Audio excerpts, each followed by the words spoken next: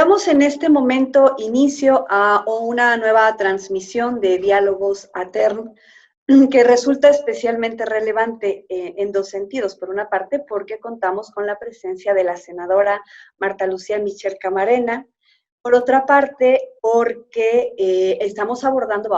abordaremos un tema sumamente relevante como es la reciente reforma en materia de violencia política contra las mujeres en razón de género. En principio, pues quiero externar dos agradecimientos. Uno, a la senadora por haber aceptado esta invitación y compartir con nosotros y con nosotras estas experiencias que ella ha vivido en el trabajo legislativo y trabajo político. Y por otra parte, a las magistradas y magistrados que integran la Asociación de Tribunales Electorales de la República Mexicana, así como a su presidente, el magistrado César Wong Meraz. Senadora, un gusto enorme poder platicar contigo. No, un gusto es para mí. Muchísimas gracias, Gabriela. Ha sido un honor pues ser seleccionada por ti, por todo tu equipo para esta entrevista. Un saludo a ti, a todo tu auditorio y estoy a tus órdenes. Muchísimas gracias. Y bueno, pues damos inicio. Sabemos que la senadora es una política mexicana que ha sido una incansable luchadora en pro de los derechos de las mujeres y las niñas. Ella ha tenido una trayectoria muy importante en el escenario de la política y en el escenario legislativo, siendo diputada federal en dos ocasiones y actualmente senadora, pero creo que es muy importante resaltar que preside la Comisión para la Igualdad de Género. Por lo tanto, pues la experiencia que tiene en el tema que vamos a abordar, pues es muy relevante. Bien, senadora, pues considerando esta trayectoria política, esta trayectoria legislativa, te haría el siguiente planteamiento. ¿Cuáles son los retos más importantes que has enfrentado en la lucha por una vida libre de violencia y de discriminación para las mujeres? Bueno, mira, lo primero es la deconstrucción, como diría Derrida, la deconstrucción, es decir, la creación de nuevos paradigmas. Hablar de los derechos humanos para las mujeres no es un tema fácil, entonces estamos nadando contracorriente, estamos trabajando ante un panorama de una sociedad muy patriarcal y de una sociedad muy machista. Entonces, construir nuevos discursos, presentar la realidad de las mujeres como es, devastadora, discriminadora, absolutamente desigual, no es una tarea fácil. Yo creo que entrar al mundo del patriarcado con temas de defensa de los derechos humanos de las mujeres, para mí ha sido uno de los principales retos. Es decir, poner sobre la mesa, en una mesa plagada de hombres, de jueces, estoy hablando de hace 30 años, el tema de la violencia contra las mujeres, cuando el criterio que permeaba era, si la violencia es un tema privado, ¿qué tiene que andar haciendo el Estado metiéndose en temas privados? Imagínate. O ya para qué quieren legislar sobre la violencia si ya existe la sevicia. Además, pues las mujeres pues lo quieren. Si no te pega, no te quiere. Es decir, todas estas cosas las tuvimos que construir con una gran resistencia y un gran obstáculo. Entonces, tuvimos que hacer alianzas. Tuvimos que ir construyendo una nueva manera, un nuevo discurso, pero al mismo tiempo con estas barreras y con esos obstáculos que el patriarcado en hombres y en mujeres, porque hay que decirlo, pues se manifiesta. Entonces, así fue como fuimos creando, primero siendo muy cautas, muy respetuosas. Entendemos que hemos sido educadas y educados en un sistema machista, patriarcal, hombres y mujeres. El patriarcado también lo traemos en la sangre las mujeres. Entonces, tuvimos que ir tejiendo muy fino. Y este ha sido un gran reto, porque lo que teníamos que decir eran testimonios. O sea, la realidad que ustedes ven no es la realidad que existe. Déjenme enseñar. Y entonces les decíamos, miren, hay estos testimonios, hay estos datos, de esto nos hablan las mujeres, esta es la exigencia. Y entonces fue extraordinario cómo fuimos avanzando en este movimiento de restitución de derechos, porque eso es lo que hicimos, restituirle a las mujeres. No nos otorgaron nada. Nacemos iguales ante la ley, nacemos iguales y por eso teníamos que restituir los derechos. Y en esta restitución de derechos teníamos que buscar de dónde y cómo nos agarrábamos. Y entonces fuimos construyendo alianzas. La construcción de alianzas con los hombres, la construcción de alianzas entre nosotras, la construcción de alianzas entre organizaciones no gubernamentales, la construcción de alianzas con académicas, con universitarias, con grupos de poder, con los líderes de los partidos políticos, la construcción de alianzas con quienes gobiernan. Es decir, fuimos haciendo una serie de alianzas con estos grupos que son muy importantes y sobre todo la gran alianza pues con las personas que defienden los derechos humanos de las mujeres. Ese es para mí lo más importante. Y voy a decir por qué.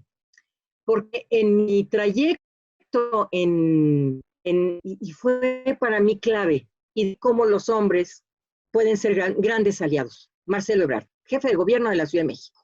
Marcelo, yo no tenía el gusto de conocerlo, él me invitó a formar parte de su equipo como directora del Instituto de las Mujeres, y descubrí cómo los hombres, bueno, además de mi marido y de mis hermanos, que son hombres muy solidarios, y mi padre con mi mamá, tengo que decirlo, encontré en Marcelo que los hombres en la política pueden ser los grandes aliados, porque en el partido político al que yo pertenecía no les gustaban las propuestas que hacíamos. Pasar de la cuota del 20 al 30, del 30 al 40, del 40 al 50 fue un largo y tortuoso camino, aunque la izquierda mexicana pues es vanguardia en esto, hay que reconocerlo, pero había graves resistencias, y de mujeres también. Pero con Marcelo, gobernante de la ciudad más grande del mundo, esa apertura, esa voluntad política, esa sabiduría para entender, para respetar y rescatar y restituir los derechos de las mujeres, a mí me pareció extraordinaria. Y encontré, como encontré en otros gobernantes, bueno, en 95 que estuvimos en Beijing, en la cuarta conferencia internacional de las mujeres, gobernaba Zedillo. Y también Zedillo entendió que teníamos que mantenernos en una plataforma de acción de vanguardia progresista en favor de los derechos humanos de las mujeres. Pepe Gómez de León, en CONAPO, bueno, y muchos compañeros, legisladoras, legisladores sobre todo, encontré en los hombres una gran alianza. Y no se diga en las mujeres. Las mujeres nos hemos tomado codo a codo y en esto sí hemos cerrado filas. En esto sí hemos cerrado filas, en rescatar, en restituir nuestros derechos, nuestro derecho a tener derechos y defender a como dé lugar nuestro lugar en la sociedad.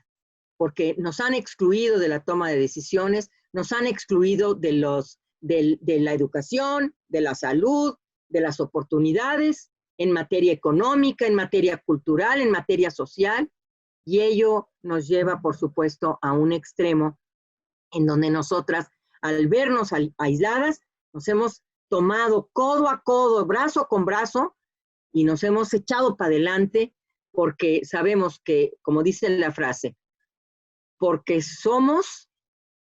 fuimos, la frase es, porque fuimos, somos, y porque somos, serán. Y esto lo estamos haciendo por muchas mujeres que nos heredaron una gran lucha, pero también lo estamos haciendo por las mujeres que vendrán como tú, Gabriela, que eres joven, porque sabemos que necesitamos los relevos. Entonces, estos son nuestros grandes retos, las alianzas estratégicas, donde nuestro gran faro iluminador son los derechos humanos de todas las mujeres y las niñas en este país. Así es. Es un trabajo muy interesante y no fácil, porque como tú comentas, ¿no? El enfrentar a un patrón cultural patriarcal, el enfrentar muchas resistencias, me llama mucho la atención lo que comentas en relación a la forma en la que el Estado en otras décadas, y el Estado me refiero en el contexto mundial, no en el contexto latinoamericano únicamente, no enfrenta el tema que viven de violencia las mujeres porque se considera en el escenario privado no debe haber esa intervención, que no es un tema público, ¿no? Es correcto, es correcto. En la década de los 90, cuando apenas el Estado, insisto, generalizó, empieza a enfrentar este tema. Entonces, no ha sido, bueno, si nos vamos a la historia, vamos a encontrar diferentes etapas, pero no ha sido fácil el acceso de las mujeres a espacios de desarrollo social, administrativo, académico, científico, político, por supuesto, que es el tema que nos ocupa. Y también quiero destacar, porque bueno, y tú nos irás platicando a partir de toda tu experiencia, ¿no? Este tema que mencionas en relación a las cuotas, cómo se fueron ganando estos espacios de participación política, las mujeres ya construyendo en el ámbito político hasta llegar al reconocimiento constitucional del principio de paridad, ¿no? 3 reformas sumamente relevantes. Paridad 2014, paridad en todo 2019, paridad y violencia política contra las mujeres en razón de género 2020. Entonces, es un trabajo complejo y creo que, como tú bien señalas, la sororidad, la identidad, la suma de esfuerzos entre mujeres y hombres comprometidos y conscientes y sensibles frente a esta situación han generado estos cambios. Ahora, pasando a otro planteamiento, como mencionábamos hace un momento, como senadora y en general como legisladora has tenido muchas contribuciones al respecto, pero particularmente en este periodo tú presides la Comisión para la Igualdad de Género en el Senado. ¿Cuál es tu experiencia dentro de esta comisión? ¿Cuáles son los logros que han generado a partir del trabajo que realizan? Mira, la Comisión para la Igualdad de Género es la primera vez que soy presidenta de una comisión. Siempre estuve en los grupos minoritarios. Ahora pertenezco a Morena, el grupo mayoritario en la Cámara como en el Senado. Y tengo que decirte que ha sido una experiencia extraordinaria para mí. Pero cuando formé parte de las comisiones como secretaria, fui secretaria en la comisión de, es la segunda vez que soy presidenta. En la primera fue en el 2012-2015, en 2003-2006 fui secretaria y ahora soy de nuevo presidenta.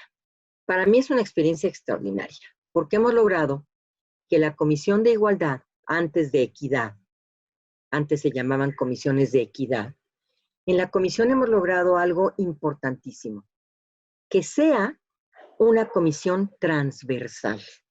Es decir, que en toda dijéramos, en la vida legislativa, lo que se legisle tenga la opinión, el visto bueno, la revisión de una comisión como la de igualdad, para que en este resultado legislativo veamos cuál es el beneficio que tenga para las mujeres, para quienes están en mayor situación de desigualdad. Entonces, ante esta situación, la Comisión de Igualdad tiene grandes retos. Primero, pues es una comisión plural, en donde el consenso es muy importante. Ahí estamos todos los partidos representados, absolutamente todos, y estamos representados precisamente para construir una sociedad igualitaria. Pero tú sabes que hay temas en los que no nos ponemos de acuerdo, temas relacionados con la salud sexual y reproductiva, por ejemplo, pero hay temas que sí nos ponemos de acuerdo. El avance en materia de economía, el avance en materia de cultura, el avance en materia de una vida libre de violencia para las mujeres, el avance, por supuesto, de retos relacionados con la participación política de las mujeres. Y creo yo que hemos realizado acciones muy importantes. Apenas llegamos, tú sabes que el procedimiento parlamentario es cualquier senador o senadora presenta una iniciativa. Ante esta iniciativa se presenta en el Pleno, se va a comisiones, la turnan a nuestras comisiones cuando tiene competencia, dijéramos, en materia de derechos humanos de las mujeres, aunque todos los derechos son de las mujeres y de los hombres, pero en este caso van a nuestra comisión se hace una discusión interna, se elabora un dictamen.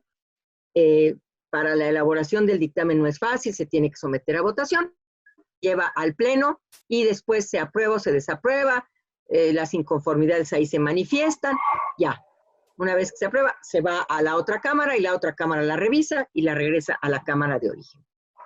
Este trámite no es fácil, pero ha sido muy enriquecedor, la verdad, escuchar incluso las voces que piensan diferente.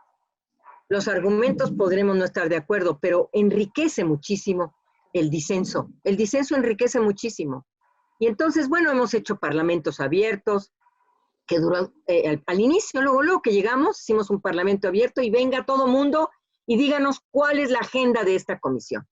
Y entonces ahí, sobre esa agenda, hemos estado trabajando y hemos legislado sobre diferentes temas. Hemos sacado temas relacionados con las órdenes de protección, que era, tú sabes que nuestra ley de acceso a una vida libre de violencia se aprobó en 2007, estamos en 2020, tiene 13 años de vigencia y no ha sido revisada a profundidad. Ha sido un poco parchada. Entonces estamos trabajando sobre el tema de la alerta de género. Ahorita lo estamos trabajando en el Senado, ya llegó una minuta. Estamos legislando, ya lo viste, en materia de paridad, ya se aprobó.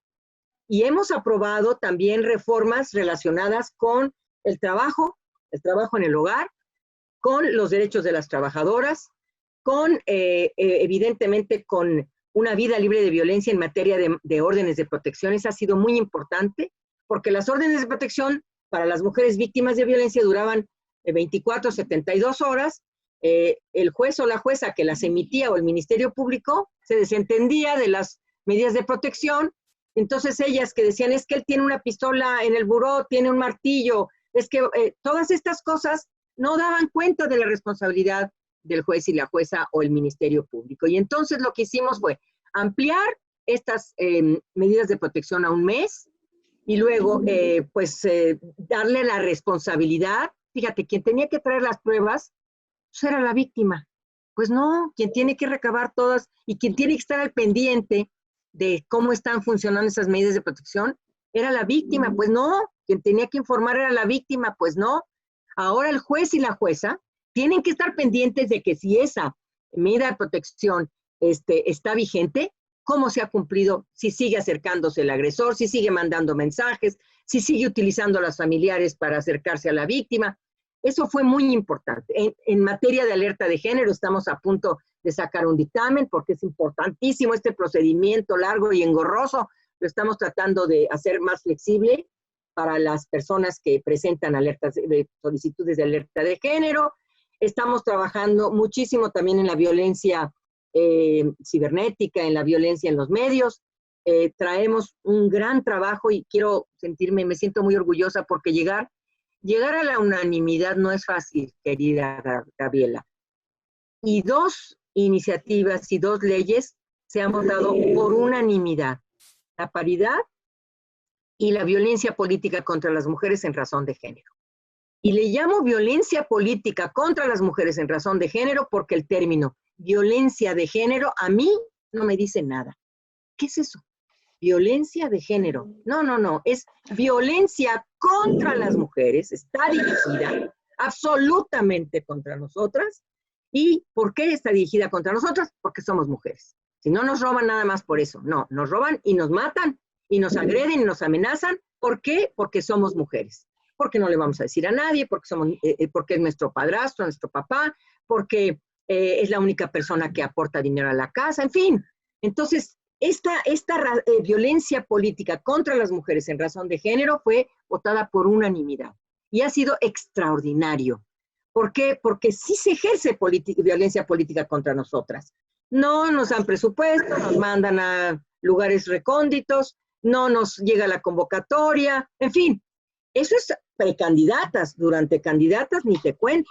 Y en el ejercicio del cargo, bueno, peor.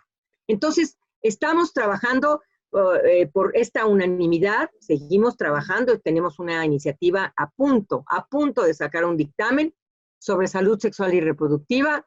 La hemos presentado tu servidora, la senadora Citlali y la senadora Jesusa. Es de vanguardia, es progresista, Son 5 ordenamientos: la ley de salud, la ley de educación, la ley de planeación y desarrollo, la ley de niñas, niños y adolescentes. Es extraordinaria para incorporar temas muy progresistas en la salud, en la obligación del Estado en materia de salud sexual y reproductiva. Y bueno, vamos trabajando en la comisión con consensos. A veces salen puntos de acuerdo pues difíciles de apoyar, que no tenemos nosotros, yo siempre lo he dicho, ¿por qué tenemos que estar exhorte y exhorte y exhorte y exhorte y exhorte al Ejecutivo? Nosotros tenemos que hacer todo para que las cosas se hagan. Y a veces los exhortos, o que vengan a comparecer todo el gabinete, no es necesario. Entonces ahí tenemos algunos disensos, pero bueno, tenemos un bloque opositor muy organizado, gente muy responsable, hay que reconocerlo, pero no ha sido fácil, no ha sido fácil. Ahí estamos en el consenso, yo buscando siempre junto con Ángela, mi secretaria técnica, una extraordinaria doctora en materia de derechos humanos de las mujeres, que nos da 3 vueltas en todos sus conocimientos, pero que ahí está acompañándonos siempre en esto. Es una gran experiencia, importantes aportaciones, ¿sí? Y pues qué interesante escucharte y qué interesante conocer un poco sobre estas dinámicas internas, ¿no? Porque ahorita mencionabas transversalidad, en todos los aspectos en los que impacta, ¿sí? El trabajo y la lucha en favor de las mujeres. Sí. Disenso y consenso, ¿no? De diferentes fuerzas parlamentarias, de diferentes ideologías, de diferentes enfoques de ver vida, que finalmente todos tienen un objetivo, ¿no? Generar esas mejores condiciones para las mujeres, para su participación en diferentes espacios de manera libre de violencia y de discriminación, ¿sí? Entonces es muy interesante, pero ahora sí me abocaré un poquito más ya al tema de violencia política contra las mujeres en razón de género, que yo coincido contigo. Hablar de género, hablar de género nos lleva a abordar otros temas, y en este momento estamos enfocando este esfuerzo a enfrentar y a erradicar la violencia que sufren las mujeres por serlo en el escenario político. Y como tú bien comentabas, estamos hablando de esa merma menoscabo que pueden sufrir las mujeres que quieren acceder a un cargo de representación o alguna otro espacio de toma de decisiones, que ya están en ese espacio de toma de decisiones, que se ven obstaculizadas para el desempeño de sus responsabilidades. Entonces, bueno, hace algunos días, el día 13 de abril, como decíamos, se publica en el Diario Oficial de la Federación esta importantísima reforma que reforma 8 leyes, ¿sí? Hablamos de la Ley General de Acceso a las Mujeres a una Vida Libre de Violencia, de la Ley General de Instituciones y Procedimientos Electorales, de la Ley General del Sistema de Medios de Impugnación en materia electoral, de la Ley General de Partidos Políticos, de la Ley General en materia de delitos electorales, de la Ley Orgánica de la Fiscalía General de la República, de la Ley Orgánica del Poder Judicial de la Federación y de la Ley General de Responsabilidades Administrativas. Esto es un paso importantísimo en este trabajo, en esta tarea, en este combate. ¿Nos podrías platicar sobre toda esta experiencia legislativa? Con mucho gusto.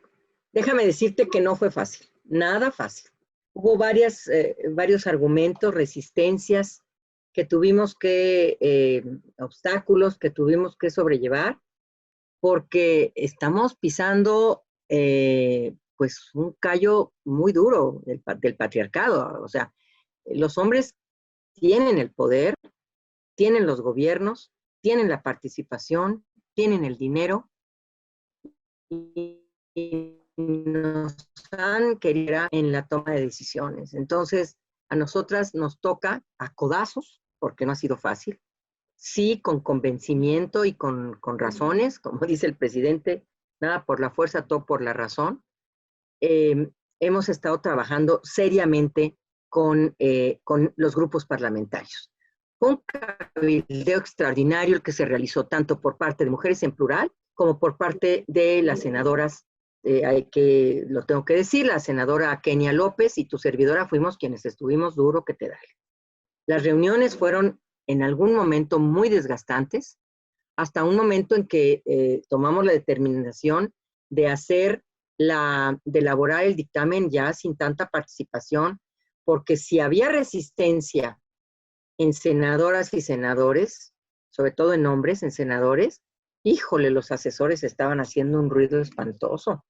Era una cosa lamentable. Veías que le hablaban al oído y le daban unos consejos que decías, ya no le hablen al oído, porque están diciendo, de verdad, yo les decía, compañeros, compañeras, tengan cuidado con sus comentarios. Te voy a decir comentarios como, oye, pero es que las mujeres no son capaces.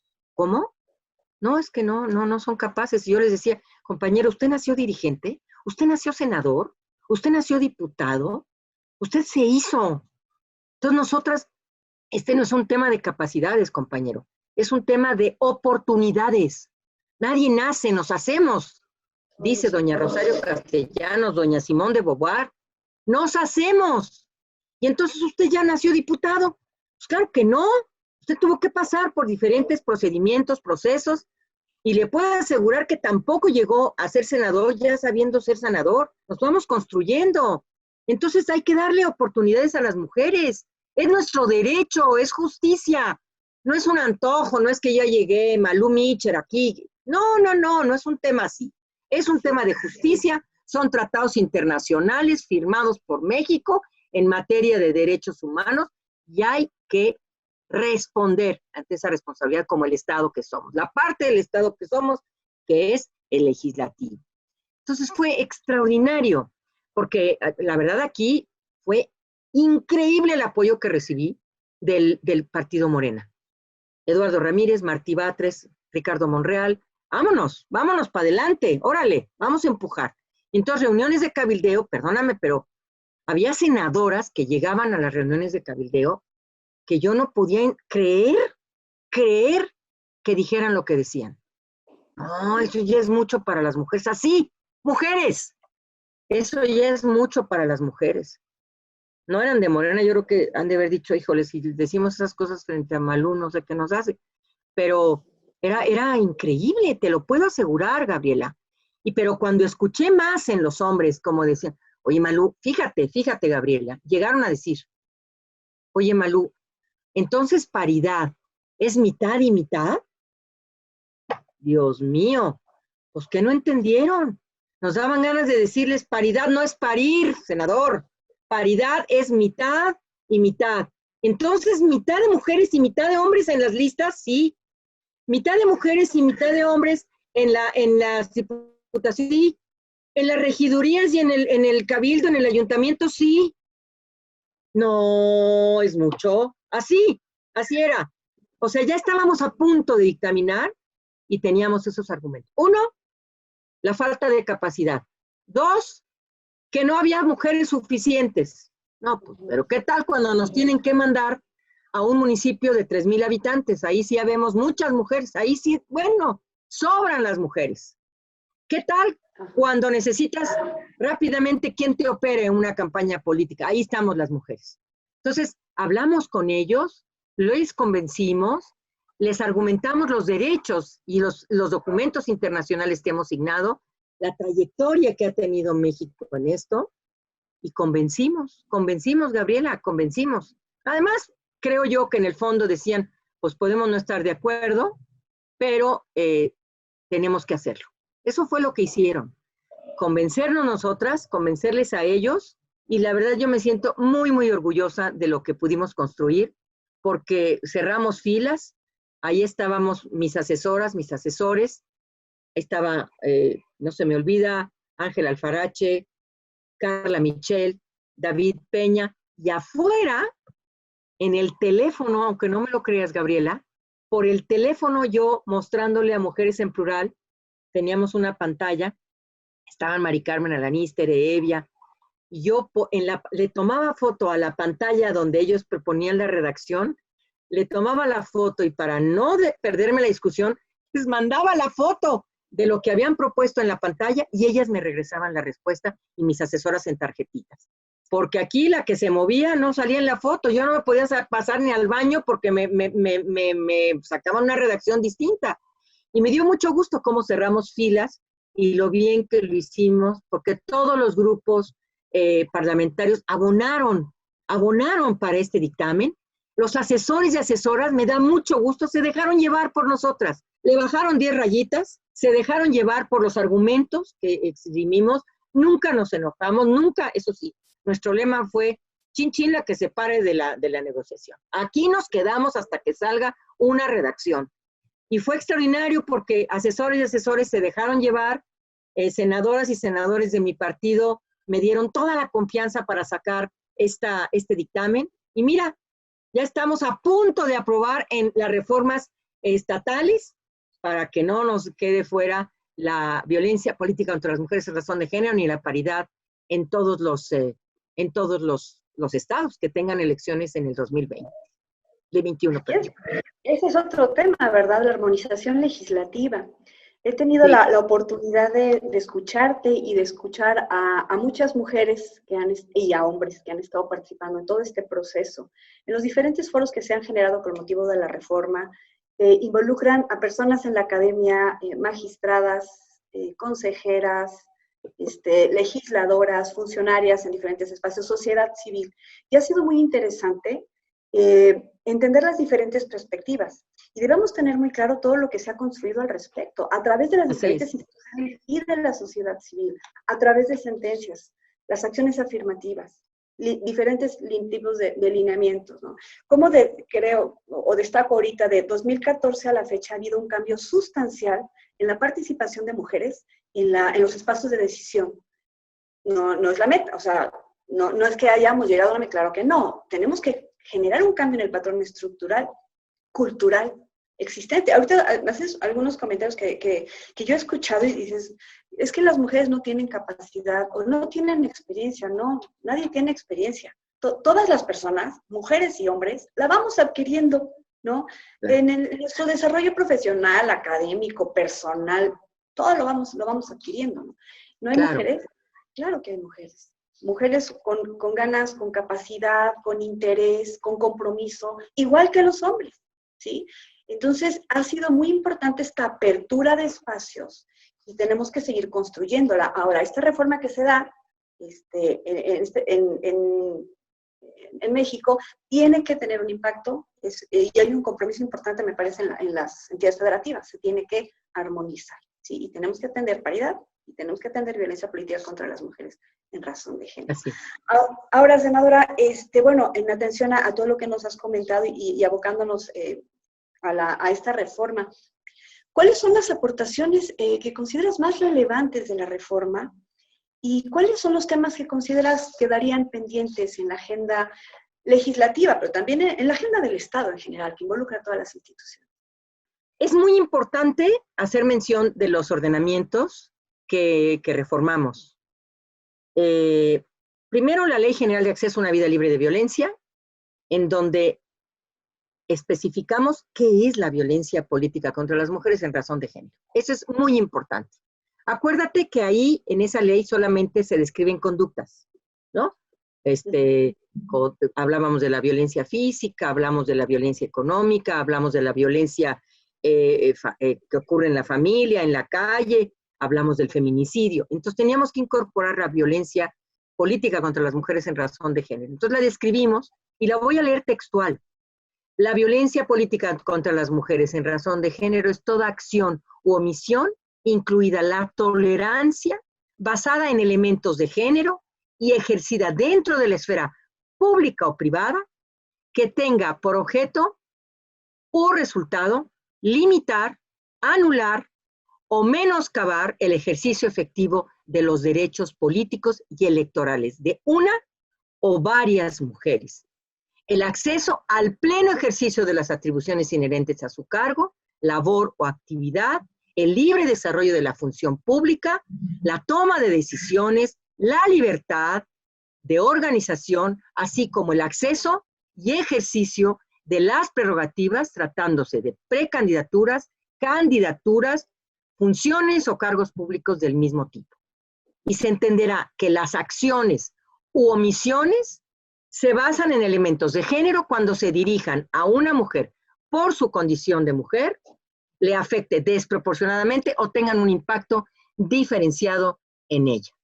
Y puede manifestarse en cualquiera de los tipos de violencia reconocidos en la ley, por supuesto, y puede ser perpetrada ¿por quién? Por agentes del Estado, por superiores jerárquicos, por colegas de trabajo, por personas dirigentes de partidos políticos, por militantes, simpatizantes, por precandidatas, precandidatos, candidatas o candidatos postulados por los partidos políticos o representantes de los mismos por medios de comunicación, que cómo lo hacen, sus integrantes y por un particular o un grupo de personas particulares. ¿Está más que claro? Y bueno, por supuesto, esto creo que es muy importante. Ya hablamos de una serie de conductas, por ejemplo, quién realice, quién intimide, quién menoscabe, quién amenace, todo esto también lo describimos en la ley. Y luego también la Ley General de Instituciones y Procedimientos Electorales, este es muy importante, porque se establece que el Consejo General del INE, a propuesta motivada y fundada de la Comisión de Quejas y Denuncias, ordenará la suspensión inmediata de cualquier propaganda política o electoral en radio o televisión que resulte violatoria de la Ley de Instituciones y Procedimientos Electorales, es decir, la LEGIP. Y los partidos tienen que prevenir, atender y erradicar la violencia contra las mujeres en razón de género y tienen que cumplir, quieran o no, las obligaciones que estén sujetos. Y por supuesto, cuando se acredite violencia política y en el uso de las prerrogativas, por ejemplo, pues ni modo, van a tener el Consejo General que otorgar tiempos de radio y televisión con cargo a las prerrogativas del partido político para que la persona infractora ofrezca una disculpa pública con la finalidad de reparar el daño. Y bueno, pues también tenemos ahí una figura importantísima que ya la conoces seguramente tú, Gabriela, eres experta en esto, el procedimiento especial sancionador. Esto es muy importante porque hay que entender que no se crea un nuevo procedimiento, el conocido PES ya existe en la ley y lo que hacemos es incluirle una nueva atribución que es atender los casos de violencia política contra las mujeres, porque y por lo tanto las entidades federativas no deberán armonizar este procedimiento porque ya está establecido en la ley, pero sí deben aplicarlo en sus términos. Luego, en la Ley General en materia de delitos electorales se incorpora el delito de violencia política contra las mujeres en razón de género, cosa que no existía. Esto es novedoso, absolutamente. No venía así en la minuta de la Cámara de Senadores y lo logramos. Lo logramos.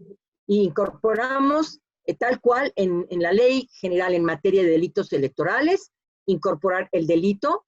Y, por ejemplo, pusimos, quien ejerza cualquier tipo de violencia en términos de la ley contra una mujer que afecte el ejercicio de sus derechos políticos, quien restrinja o anule el derecho al voto libre y secreto de una mujer, quien amenace a una mujer o a varias mujeres directa o indirectamente con el objeto de reducirla u obligarla a presentar su renuncia, ya lo sabes, todos estos casos, quien impida por cualquier medio que las mujeres electas o en algún puesto, en algún cargo, se les impida rendir protesta o ejerzan libremente su cargo, también. En fin, ahí hacemos una descripción de 13 conductas exclusivas relacionadas con el delito de violencia contra las mujeres en razón de género. Y bueno, pues se sancionará con penas que van de 1 a 6 años de prisión y 50 a 300 días multa. Si se ejerce como por un funcionario público, pues se incrementa la pena y por supuesto cuando sean cometidas contra una mujer perteneciente a un pueblo o comunidad indígena, la pena se incrementará en una mitad. Y luego pues tenemos la otra ley, la Ley Orgánica de la Fiscalía General de la República para crear una base estadística y la Ley General de Responsabilidades Administrativas. Se establece que quien incurra pues en abuso de funciones de la persona servidora o servidor público, pues que ejerzan este tipo de conductas de violencia contra las mujeres libres de violencia, pues tendrán por supuesto sanciones. Yo creo que el gran pendiente que tenemos en este momento es la armonización legislativa. En los estados se están trabajando Si antes del 31 de mayo, o hasta el 31 de mayo, no se armonizan estas leyes en los estados, quiere decir que no se aplican a las elecciones en esos estados. Eso es gravísimo. Ya estamos trabajando, yo he ido a foros a través de estos avances cibernéticos, he estado en Yucatán, Quintana Roo, Baja California, Sonora, Campeche, sabrá Dios en cuántos estados he estado, pero creo que lo vamos a sacar. Guanajuato, en fin, todos estos estados están trabajando mucho porque sí queremos que aparezcan. La Secretaría de Gobernación ha hablado con todas y todos ustedes y estamos a sus órdenes para seguir avanzando. Pues un tema muy interesante, exhaustivo. Tenemos el tiempo en contra en este momento, tanto al foro por las compromisos que tienes que atender, Malú, pero sí es importante esta armonización, es importante que cada entidad federativa determine cuáles va a ser las atribuciones de los diferentes órganos, cuáles son las responsabilidades de los partidos políticos, y tenemos que seguir trabajando en la construcción de una democracia paritaria, ¿no? Y el fortalecimiento del principio de igualdad. Muchísimas gracias, senadora. Ojalá más adelante tengamos la oportunidad de volver a platicar. Quedan muchos temas pendientes sobre esta gran temática. Agradecemos mucho de parte de las magistradas y magistrados electorales que integran la Asociación de Tribunales Electorales de la República Mexicana y del magistrado César Wong Meraz, quien es el presidente. Te agradecemos mucho que nos hayas brindado este espacio para poder platicar sobre un tema de tal magnitud como es el de la violencia política contra las mujeres en razón de género. Gracias. Al contrario, muchísimas gracias a ti, Gabriela. Eres una gran mujer. Tú estás demostrando que presencia de mujer sí garantiza conciencia de género, y creo que todo el equipo de magistradas y magistrados de Querétaro lo están haciendo. Confiamos en ustedes. Muchas gracias, y no les tiemble la mano para lo que tengan que hacer con los partidos, y sobre todo acompañar mucho a estas mujeres que llegan a los puestos, que llegan a las elecciones sin herramientas, y ojalá pues ustedes tengan una aliada y unos aliadas y aliados. Muchas gracias y estoy a sus órdenes. Y muchas gracias. Buena tarde. Hasta luego.